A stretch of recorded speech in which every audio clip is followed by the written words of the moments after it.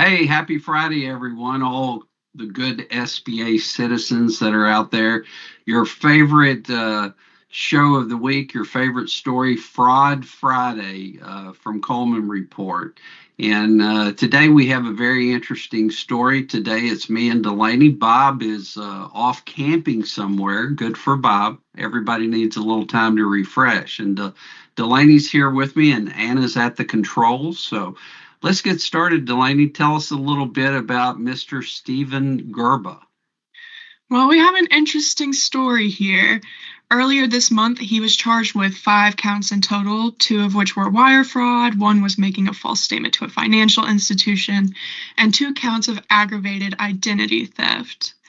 And so he went for both the PPP and EIDL program, but the focus here is more so the EIDL fraud that he committed. So the government is claiming he submitted fraudulent applications and supporting documentation on behalf of 2 different companies. One of these companies was a partnership with another man. That man was the 70% owner of that business, but he had passed away in December 2019.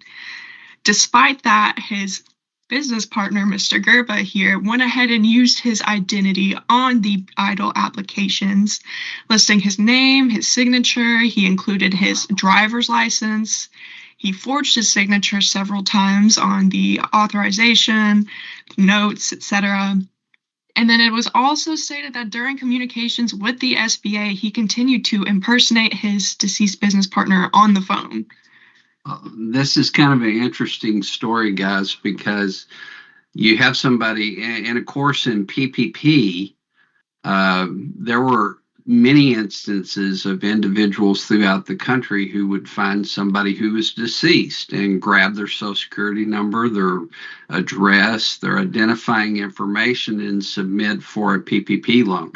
And so this gentleman used this methodology to get EIDL loans. Now, technically, SBA in 2021 was using the 19-point data check. The 19-point data check typically would pick up on a supposed deceased person applying for a PPP loan. And I would assume that SBA used the same methodology, Delaney, on the EIDL loan program as well.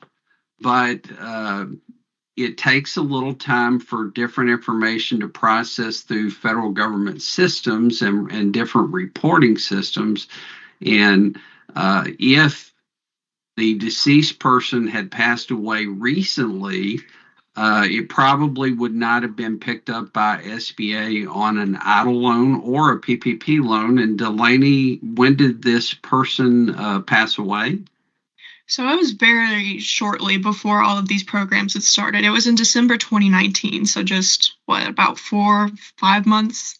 Yeah, so it's incredibly possible that the systems that SBA used to vet out eligibility, the 19-point data check, certainly would not have been updated and picked up on somebody that passed away in December of 2019, I would suspect. And that's how these applications got through. But I'm hearing a variety or a number of stories throughout the country where I've gotten phone calls on PPP loans where I get a phone call from someone who says, they got communication from SBA that they owe money to, or from the Department of Treasury that they owe money related to a PPP loan, and their parent did, and their parent had passed away a year, 2 years, 3 years prior, and they're like, how can we make this go away? So this is one that shouldn't have slipped through the system, but because of the recent nature of the death of his business partner, he was able to slip this one through.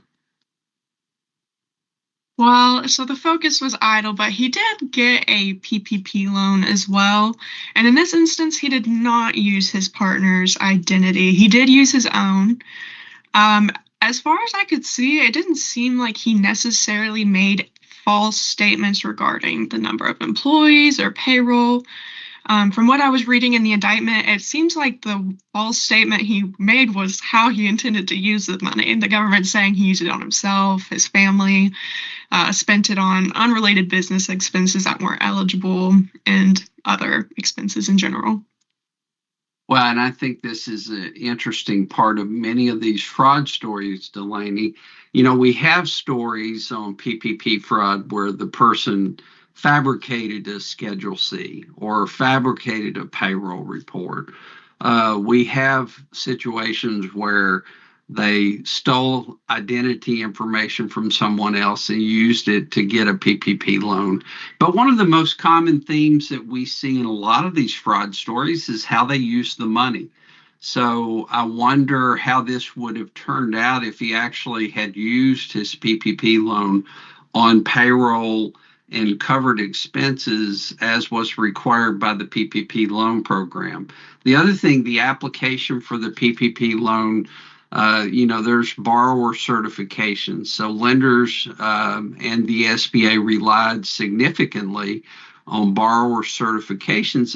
One of the certifications is that they would use the money appropriately on payroll and covered expenses. And so in this case, and in many of the cases, we find out they buy a boat or a fancy car, or they pay off debt or buy lavish items. And I just wonder, in the PPP loan case, had he used it on payroll, would we even be talking about this? Because apparently he had a legitimate business. He just didn't use the money the right way. Isn't that right, Delaney?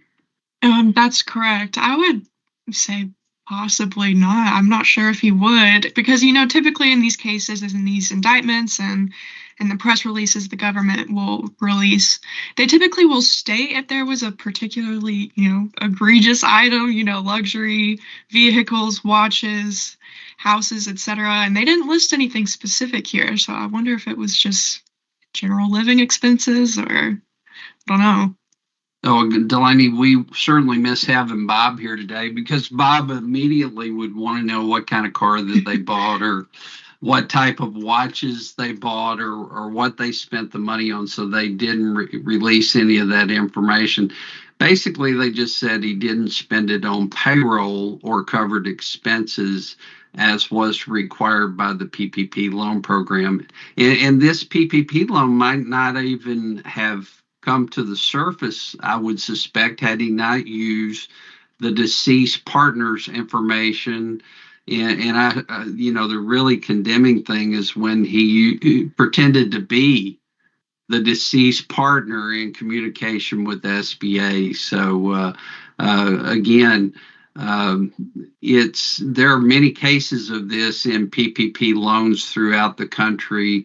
And it was not unusual to hear stories about using a deceased person's information to get a loan. But the EIDL loans, I don't know what he was thinking there. That's because that's a loan that requires repayment. One of the things on PPP, if the individual is deceased, the loan can be forgiven. The person that got PPP. So he applied for the PPP loan in his actual business. So for that to work, would his business partner, theoretically, would he have had to pass after they had already gotten the PPP loan or applied yes. for it? No, absolutely. Okay. So the PPP loans typically were to business individuals, but in 2021, PPP loans were opened up to sole proprietors and Schedule C filers. And if you had a sole proprietor or a Schedule C filer that passed away, the PPP loan potentially could be forgiven, but they had to have been living at the time of getting the PPP loan. And we actually, in our portfolio, had a few cases of PPP borrowers who passed away from the time they received the loan and the time they were submitting for forgiveness. Well, that is it for this case. As of right now, these are all just accusations. From the most recent filings, I've seen that the trial is set to take place in either March or April 2025. So I will be on the lookout. In addition, I'm curious to see if they will release any information about the communications he had with SBA when he was impersonating his partner. So I No, will be sure to keep track of that. No, I absolutely agree with you, Delaney. It'll be interesting to find out about those communications with SBA where he pretended to be the deceased partner, to hear more about that. So great reporting, Delaney. A very interesting case.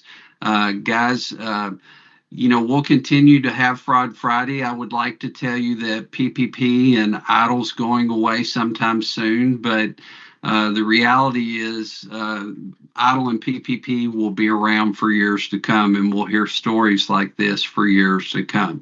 Guys, thank you for joining us on this Friday for Fraud Friday. Thank you, Delaney, for your reporting. Thank you, Anna, for your taking care of everything at the desk. And guys, join us again next week for another exciting Fraud Friday story. Thank you very much. Have a great weekend.